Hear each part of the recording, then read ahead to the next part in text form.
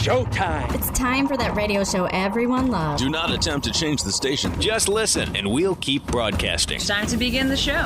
103.9 LI News Radio presents Your Island, the very best in talk radio, with your host, Tom Schilero. And once again, welcome back as we're moving right along. This last hour, I'm telling you folks, going to be a very exciting hour.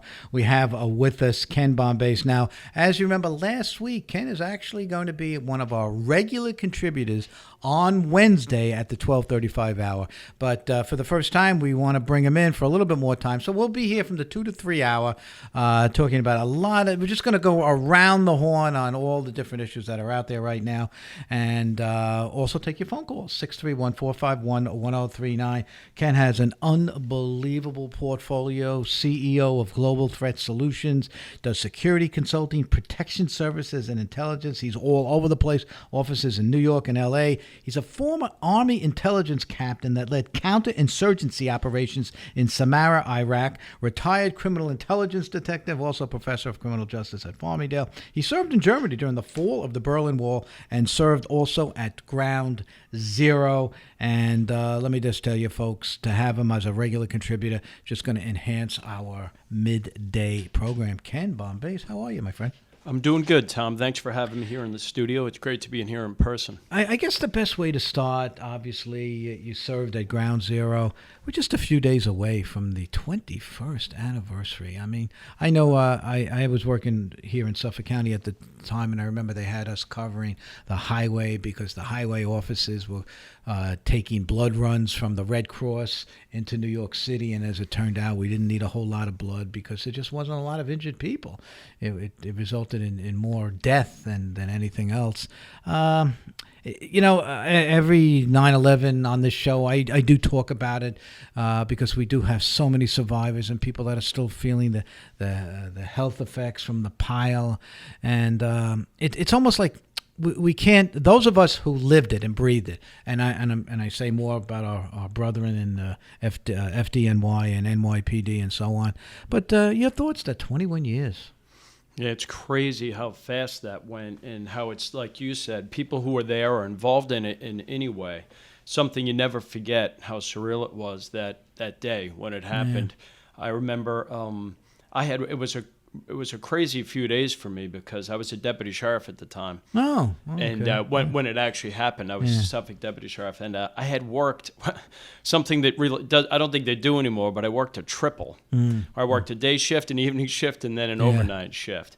And then I got off in the morning, and I had met my wife and two sons who were very young at the time at IHOP, and then that's when we first saw the news coming over. And I went home, I was tracking it, and it was actually first the National Guard that had activated me. They called, I was in the 642 Intelligence Battalion. Wow. So 3 days of work, and I drove up to Troy, that's where my unit was. And I remember first getting on the expressway, and they had police at all the exits. So it was that in itself was really a crazy feeling that the expressway was really shut down, except for first responders and people that needed to get on it. Then I remember, I'll never forget this, getting on the Cross Bronx because I was going to Troy and looking over the city, and it looked like it had been bombed. The smoke and debris, and the fact that there was no one on the Throgs Neck Bridge. Nothing. There was nobody. It was like me and a car or two, and just driving across that bridge and looking at the city, it looked like it was burning, you know. And then I was up in Troy till like probably midnight before they called it off. The National Guard said, "All right, we don't need you right now." Sent me back, and the next morning I was actually deployed as a deputy sheriff to Ground Zero.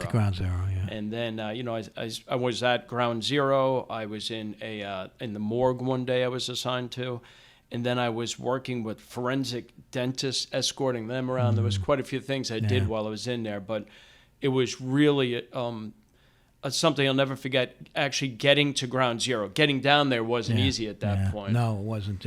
And Tom, I'll tell you one thing that was so amazing to me. I mean, this I can't even keep track now in my mind, but we're talking days, a couple days from when this happened, maybe the second day.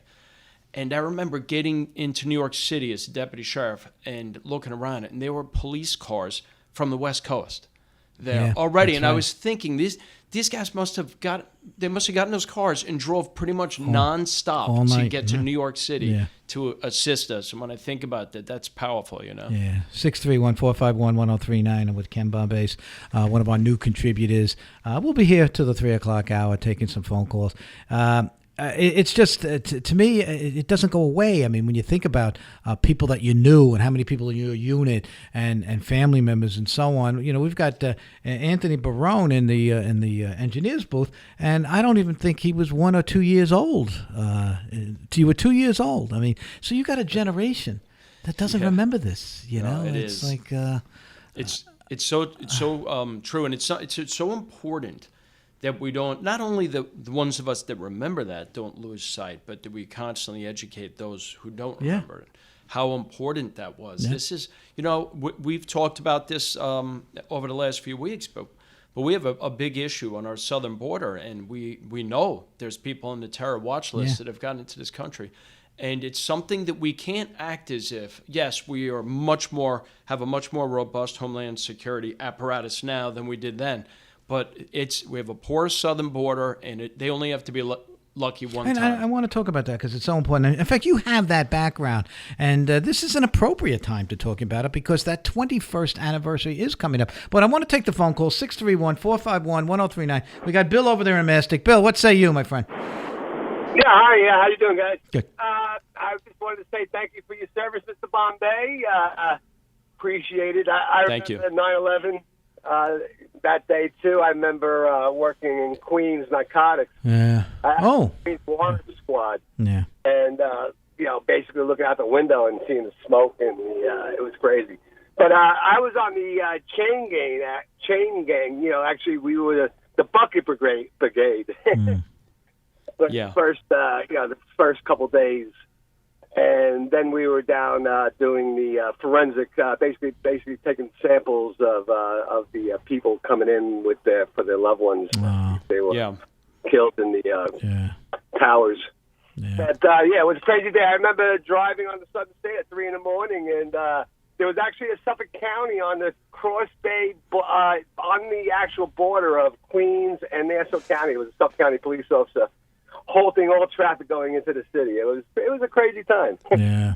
It was crazy, and everybody was helping each other out, though. I mean, shame that nowadays. I mean, it seems like people, the hatred out there is crazy. But Bill, how many did you know any of the folks that helped on the pile that ended up getting the associated cancers and stuff that we're seeing so much of in the last? I know a lot of people. I go every year to 9/11 screening. Yeah. Oh, you do? Okay. All right. Yeah. I go every year. Yeah. Just to make sure. It's sad. I mean, I do have steel dust in my lungs from that day. Yeah. But you do what you got to do. You do your job. Yeah. Basically, what it comes down to. Yeah. Thanks, Bill. You don't think about the consequences. No, and that was certainly, I always say, a second day of infamy. And how it had such an impact. And there is, like, as I said, a whole generation of young people today that don't know what every single one of our listeners know, who remembers that particular day and what they did and so on. And Bill, certainly thank you for your service and what you did on that day. And that 21 years is almost like 21 minutes. It's almost hard to believe, Something how the time has flew by. Yeah, it is. Yeah. Thanks, Bill. Thanks for calling in. Thanks, Bill. 631-451-1039. Give us a call. In terms of the intelligence today in this country, it's almost like I'm a reader of history, a student of history, and when Hitler started to take over all of Europe and so on, there was a book written, Why England Slept. It was written by John F. Kennedy. And were we asleep at that time in the early part of the 21st century? Were we asleep? We were completely asleep. As far as 9/11, and when this happened, one thing I remember is my father was actually an air traffic controller, and he had worked up through the ranks, and he was the chief of air traffic control at LaGuardia, and me and my sisters. That day? No. He had retired before that, but the point I'm trying to make is I remember being young, and he would bring us to work, and we would run back and forth through all the checkpoints as little kids. There were no police, there were no Homeland Security protecting those checkpoints. It was Delta Airlines would have people there, and they would just wave you through. The security was wildly inadequate back then, and we learned the hard way. And we obviously took great strides since then to improve that, but we were completely, not just the physical security like that, but the intelligence sharing, more so than the intelligence collection, I think was the sharing back then. That I couldn't even imagine back then, pre 9/11, local patrol officer getting intel notices from the FBI or the CIA. You couldn't even imagine that. Agencies didn't share information, let alone the federal government. And I think that's one of the biggest changes that has changed our security posture now, is the intel sharing we have, that we were forced to start doing, and we're better for it, with all the federal agencies, our partners, all these HIDTA task force, terrorism task force that were created, where everyone's working together to share information. That's probably our strongest asset right now, I think. And we had no TSA. I mean, that was created as a result of that. And you were right. I remember those pre-9/11 days.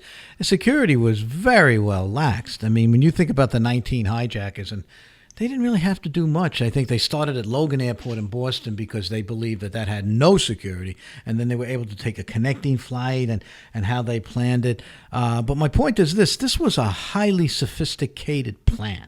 They started a couple of years earlier. This just didn't happen out of a whim. Millions of dollars went into the planning and the flight training that they had to take and so on. We didn't pick up on it, and that's what I'll always think about. Yeah, so theirs was a complex plan, but it was by far from a flawless plan. Yeah. They had lots of red flags we should have seen. Yeah. And if you read about this and all the things they've left in hotel rooms and the suspicious activity by people who were here, we've all heard the stories of the flight school that they went to. I mean, today I would like to say that could never happen. Well, that's why, again, asking from your intelligence background, could it have? I believe we were asleep. That's what I do, and we just let it. We didn't see the signs, and there were some signs that were out there. Right. So one thing I would say is we call these TTPs, tactics, techniques, and proficiencies, and the idea is we're always evolving, right? So we've now changed our tactics so that we are better prepared for that attack that occurred on 9/11. But we can never forget that our enemy is also. They're modifying their TTPs. They know there's Homeland Security. They know the procedures we have in place. They know what they did then would never work today, and they adjust also. And we can never forget that. I remember being in Iraq and following the progress of IEDs, improvised explosive devices, and how they advanced. It's very comparable to what we're discussing right now. Initially, they would use like a garage door opener devices. That's simple, where they would click the button, it would be a radio frequency, electronic frequency, and it would detonate it. And then we got systems that could jam that. And then they started using cell phones. And then ultimately what they did is they went back to landline, like an actual hard wire they would bury in the sand. There was no way for us to intercept that. And they would use those. They're always advancing their tactics to combat ours. And we can never forget that. Yeah. There are just so many angles to this when we do think about it. I remember Mohammed Atta, who they called him the General Emir of the operation on that day. He was the one that was coordinating a lot of it. He received a speeding ticket coming from Florida to New York prior to the 9/11 attacks. So that was his way in which to get into the area of influence. And one would almost think today there would be more of a check because he had somewhat of a nefarious driver's license that he turned over. There was reason enough for the officer that pulled him over to hold him. Right. And it didn't happen. Today you'd like to think that him being who he was, he would be flagged for, you know. Yeah. At least they would look a little further into that person, and he might be flagged in some type of a database or the terrorist watch list. President Trump was widely criticized this week because he hosted the Saudis in a golf tournament and things like that, and many people protested at Bedminster. Is that what it is? Or Westminster, wherever that in New Jersey, yeah, wherever that golf course was, because the Saudis were there playing golf with Donald Trump, and there were protesters out there saying that they were responsible for 9/11. What do you hear from that? Do you think there was a way that we'll never know if they were behind it, or they were the money behind it? Is that just something that's the conspiracy people say, or it's speculative? I would say that our intelligence agencies, I'm sure, know. Yeah. I think it's classified information and it hasn't been distributed, and maybe for political reasons, maybe because we need them as an ally and they don't want to ostracize them or be at odds with them. And then they obviously, had that issue with the journalist that was killed. So there's a lot of reasons to put Saudi Arabia on notice and maybe not work with them the same way we would with an ally like, say, the UK. But again, with politics and international politics the way they are, if we were, especially now with the energy crisis we're in, I think there might be decisions made not to challenge them on that, for whether that's right or wrong. No, Ken, if you're just joining us, I'm speaking with Ken Bombace, our new contributor here on our midday program. You mentioned the border, and last week I made a pronouncement on this show that to stop using the phrase illegal immigrant or undocumented immigrant. We pretty much have a policy right now. You walk across the Rio Grande River, you go to a Border Patrol agent, they'll clock you in, and they'll say, okay, here's your asylum date or whatever. And Governor Abbott will put you on a bus. And it will send you to Chicago or send you to New York City or send you to Washington, D.C. If you go to New York City, they take you to the Port Authority. There'll be people there, welcome to New York, welcome to New York. Then the city officials then say, you have any kids, we'll put them in the city school system. We'll also help you get your New York State driver's license, housing and food stamps. Where is the illegal part of that? Because to me, that's documented. That's immigration in this country, 2022 a la Joe Biden. Yeah, you're right. Technically on the books, is it illegal? I think they're here illegally when they cross. Yeah, but you're right. The system that's in place, they're welcome with open arms, and they're probably not being sent back anytime soon. And they're going to be given benefits and lodging that a lot of other people don't get, right. like veterans, for instance, that don't. And you can speak to that, my God, as a veteran. I remember in the early stages of forming the Suffolk Police Veterans Association, there was so much deployment going on in Suffolk County, especially among police departments who have a high veteran population. And back then, the support was abysmal. It was not good, and that's one of the reasons me and a few others created that organization. I've seen what support the veterans should be receiving and what they didn't. It's much better now. Yeah. Now there's so many of these nonprofits, and even our government has really turned around in supporting our veterans, but there's still more to do. And when you look at how the benefits that just by crossing our border illegally, technically, the benefits they receive, lodging and funding, and even they were given funds during relief funds. Excluded worker program. Assemblyman Doug Smith explained it to us, and how the Democratic majority in Albany paid upwards of $15,000 to those people that were here in New York State that would not qualify for unemployment during COVID or any sort of assistance. They were called excluded workers, so they gave them, in some cases, lump sums of $15,000. Again, where do I see this illegal part of it? To me, it's now the system of what we are as a sanctuary state. So as far as I'm concerned, all they had to do was wade across the Rio Grande River, and now they're here home free. And I object to it, not that these people are not in need, and we certainly are compassionate folks, but at the same time, we need a cogent immigration policy. You're not seeing that right now. And with your background in intelligence and security and so on, who are these people? Are there terrorists coming into this country? Are they bringing fentanyl into this country? What is really going on? Right. The short answer is yes, there's terrorists coming in this country. There's fentanyl coming in this country in amounts that we've never seen before, enough to kill every person in this country many times. So those things are happening right now. And you're right, under this administration, it's not only legal, they have not only made it legal, they're encouraging people to come here. And that's the big problem we're having. That's why you see the numbers you're seeing across the border, because they know when they get here, they're going to get put on a bus and go somewhere and be given lodging and phones and money and all the other benefits and put in schools. they're essentially made citizens, even though they're not citizens. Exactly. They're given they're given more benefits than many citizens. That's why I don't want to use the phrase illegal or undocumented. Yeah. Because they can say, I'm documented. New York State just gave me a driver's license, and they do. Yeah. And a Social Security card or number, whatever they're getting. And you're right. I forgot about the phones. They're getting phones. So, there's so many. You could speculate as to why this is and why it's such a huge movement to get these people in here and the numbers that they are for political reasons, voting reasons. But these, you'll see these mayors who are now pushing back saying, well, why is Texas sending in these busloads of migrants up here? Well, the thing is, it's a tiny little fraction of what they're getting in Texas. And I think it's been effective in raising this issue to a national level where now you have mayors in New York City and Chicago. Of course, they always push back and criticize Texas, but they're also seeking federal funding because they're receiving those people. We're going to take a short break. I'm with Ken Bombace. We're going to head right to that 3 o'clock hour. Taking your phone call, 631-451-1039. I'm Tom Schilero. We'll be right back.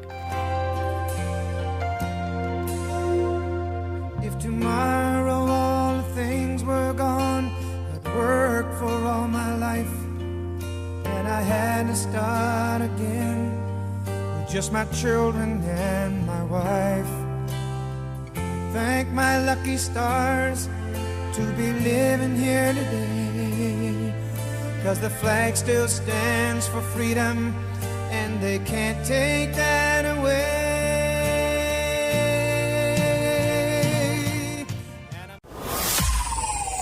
Your Island, live and local, with your host, Tom Schilero, on 103.9 LI News Radio. And once again, welcome back as we're moving right along. Heading to the 3 o'clock hour, last segment of our day, of our show today. I have Ken Bombace. Ken is one of our new contributors. Just impeccable background, impeccable resume, talking about criminal intel. One of our great veterans, has seen it all.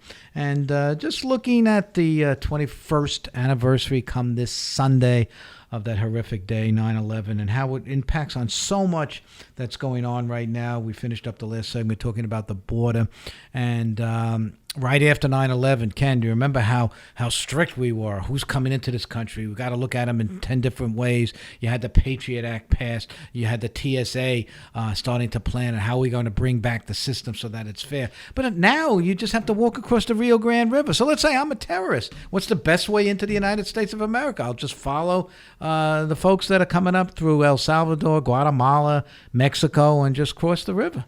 Yeah, I mean, you would think that there's a tremendous fear of political liability if something happens here now in this country, especially if it's documented that that person came through the southern border, which we always find out how they came in.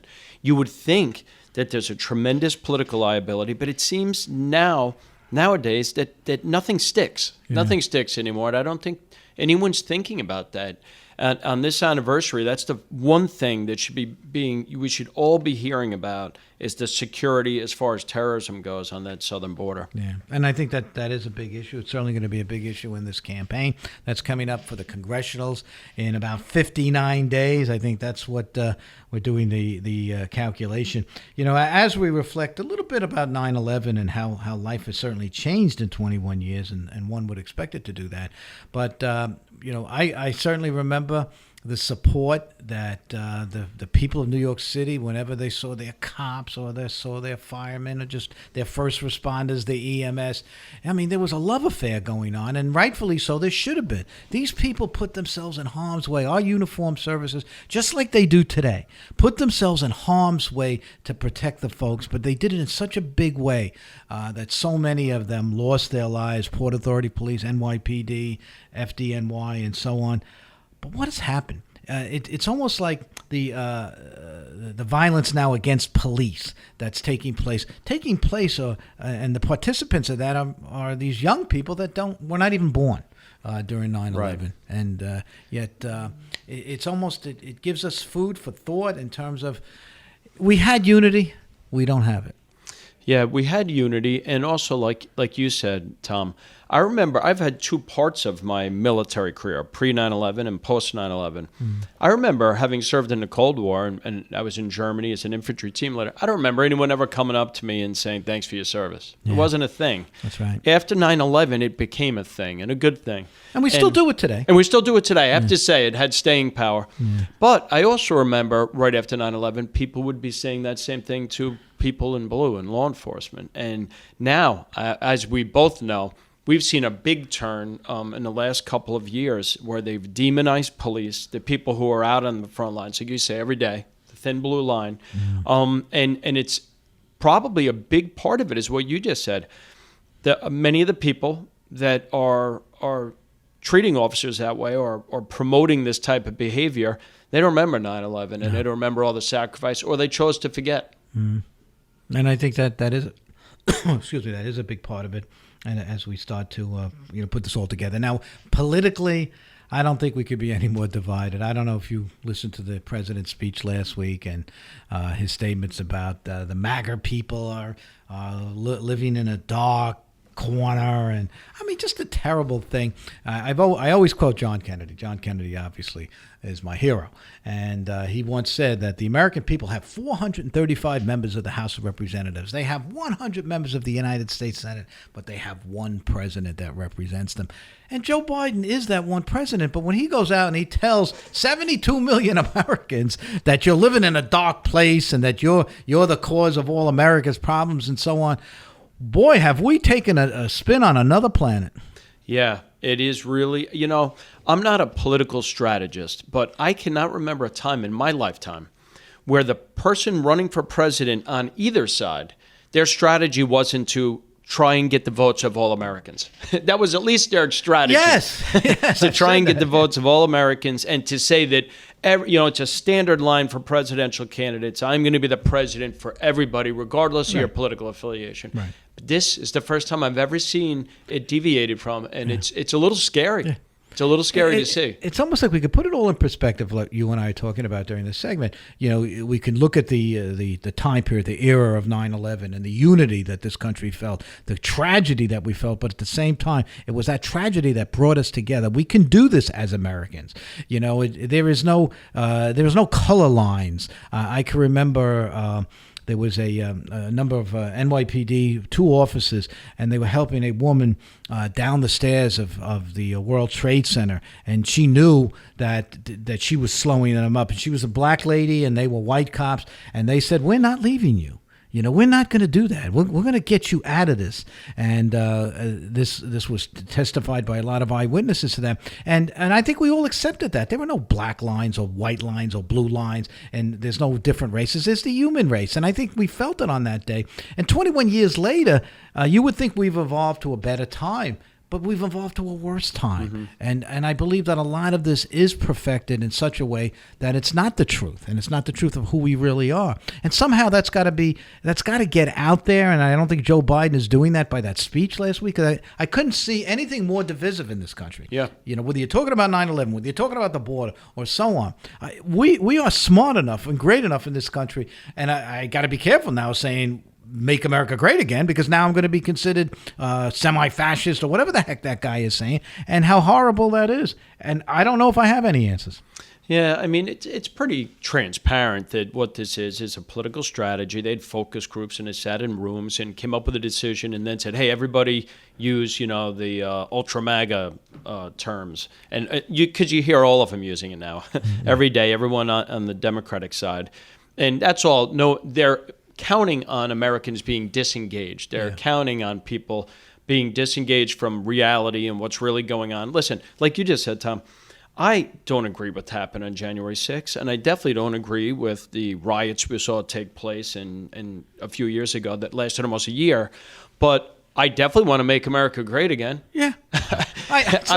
I've spent my whole life serving my country. Right. I want to make America great again, and they've tried to demonize that term. And many people do identify with it, including the great Ronald Reagan, because it was he used that term, and also Bill Clinton, I think, used that term. You know, it was very appropriate at the time, and I know Donald Trump probably knew about Reagan, probably knew about Clinton, but he said, I'm going to adopt that, and he did, and people became followers using the MAGA term, and the MAGA term, I think, is very important. You saw Trump made a speech in Wilkes-Barre, Pennsylvania, and no matter what you think, those are folks that went there. I saw it. I was watching all their faces and so on. The cameras were panning them and so on. These are Americans. These are Americans that believe in an individual who will probably run again for president. 631-451-1039. We got the Frank DiNatale on the line. Frank, what do you say? Good afternoon, gentlemen, and good afternoon to your great listeners. Great show. I'm listening to you both regarding the anniversary of 9/11, which is this Sunday. There's a lot going on here, Tom. As I mentioned numerous times on your show, this is not by accident. This is by design, by these socialist Democrats using their puppet, Joe Biden, to relay the message to the American people. It's to change our country fundamentally, demographically, economically, and politically. We want to move us into a socialist nation, and they're doing everything they can because they realize that the clock is ticking. And obviously, they want to make this upcoming November's election all about President Trump, which will backfire on them. You know, for others to come on your show and state that, you know, packing an arena on a Saturday evening where people have limited time for the weekend, 12,000 people, and Houston, Texas, out in the field, 89,000 people on another Saturday night, and President Trump is holding another rally this Saturday in Ohio. To say that doesn't matter is absurd and disingenuous, but what do you expect from socialist Democrats? Frank, always telling it like it is. So appreciate it. Thank you, Frank. 631-451-1039. And I guess the whole thing comes to unity and division and so on. And you wonder what is going to finally unite this country again, if it is. But by this president acting like that and that speech, many of my listeners call on and absolutely were disgusted by it. It's certainly not bringing us to where we need to be, which I think creates these other problems that you're talking about right now. And getting back to the fact that, and I believe the Justice Department, without a doubt, is being about as one-sided as you can be. They are focused in on Donald Trump, and they will do whatever they can. When you look at the search warrant that was served on Mar-a-Lago, and now there's going to be a special master, how do you see that in the whole perspective of what is starting to culminate? And I believe there will be an indictment at some point. Yeah. So, you know, there's a lot of pieces to this.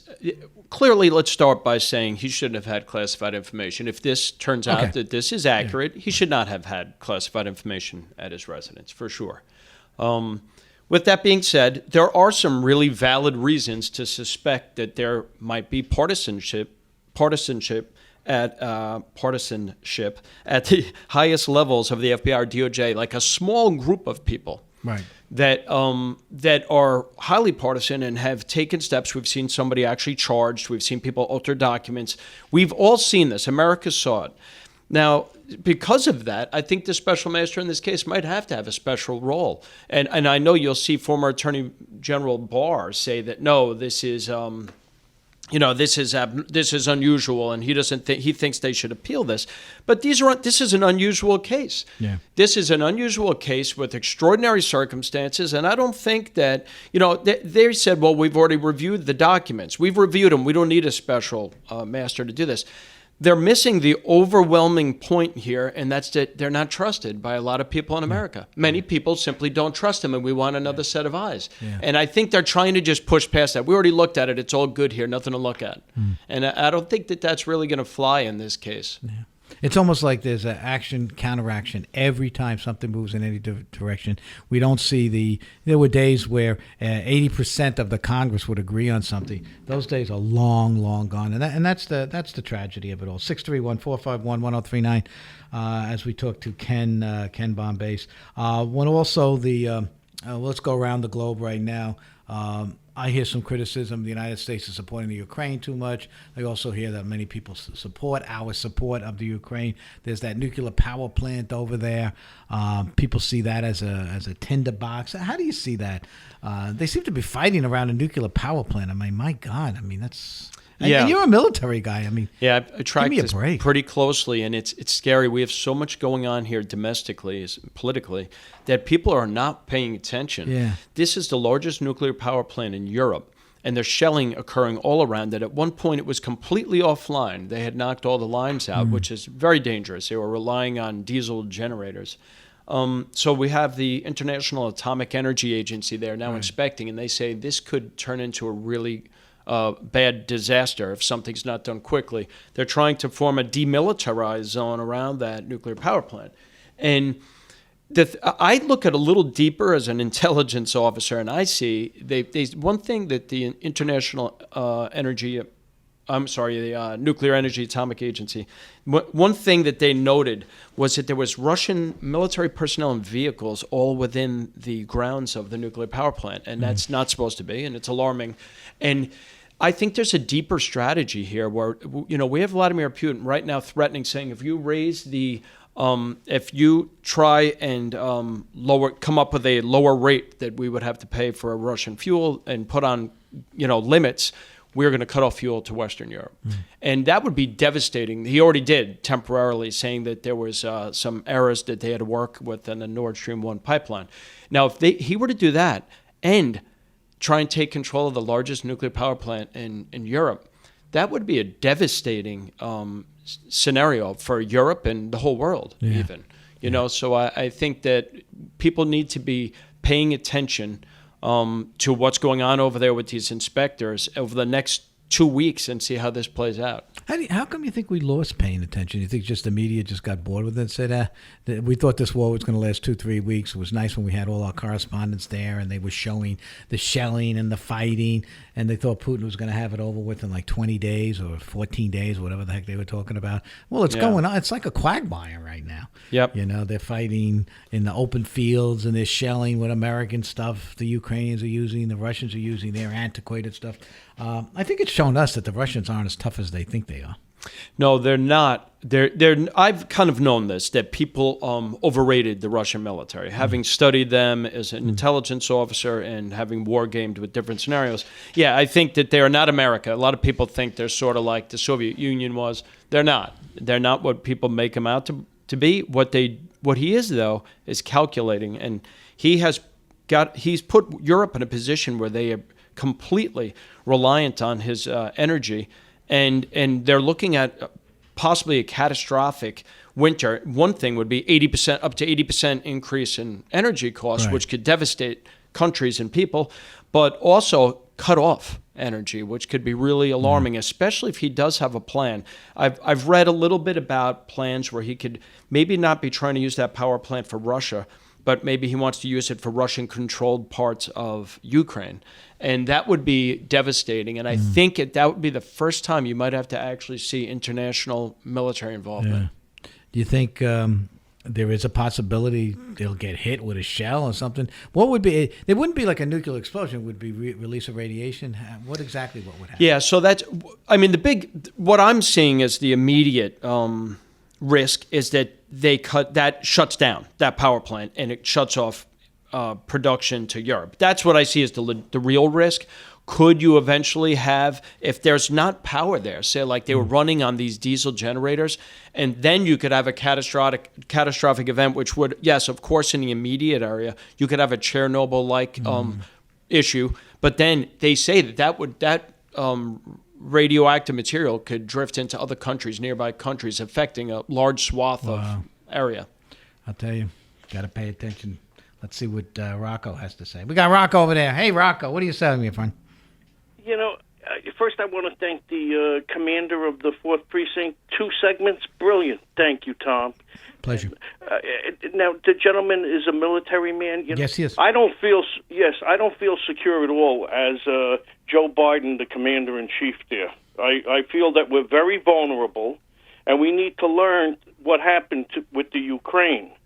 The Ukraine, they had the what happened was they had the third largest nuclear capability, but they received assurances from the United Kingdom, United States with Bill Clinton, NATO countries, and Russia gave them an assurance. But nobody gave them a NATO Article 5 guarantee, which left them vulnerable.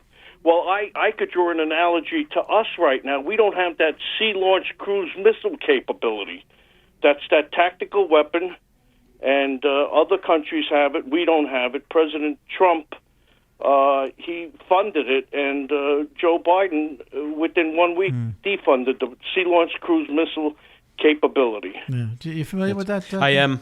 Yeah, so he's exactly right. President Trump was promoting that program, and it's ironically, it would have been very effective for the scenario we're in exactly now in Ukraine. Yeah. And President Biden decided to cut funding on that program. So he's right about that, and also the agreement that was made where you know, after the fall of the Berlin Wall and the fall of the Soviet Empire, and all these countries formed, we told Ukraine, we worked with actually Russia at the time and Ukraine and England, and came up with an agreement that said, well, we're going to move these nuclear weapons to Russia, but with the understanding that we will come to your aid if there's a problem.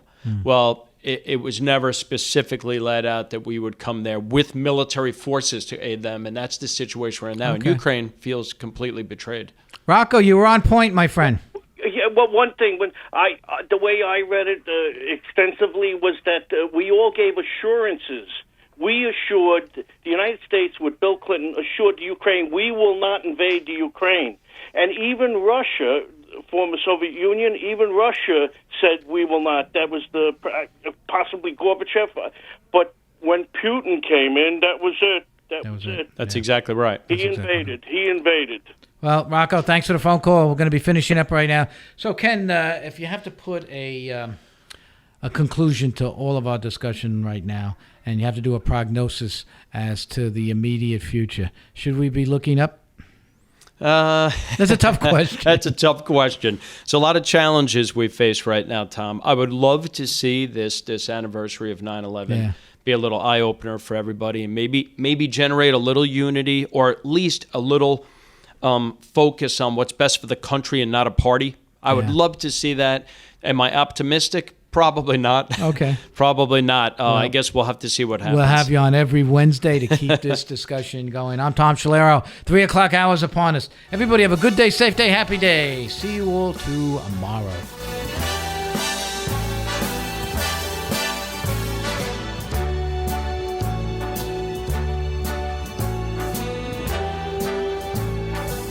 Start spreading the news. I'm leaving today. I want to be a part of it. New York, New York.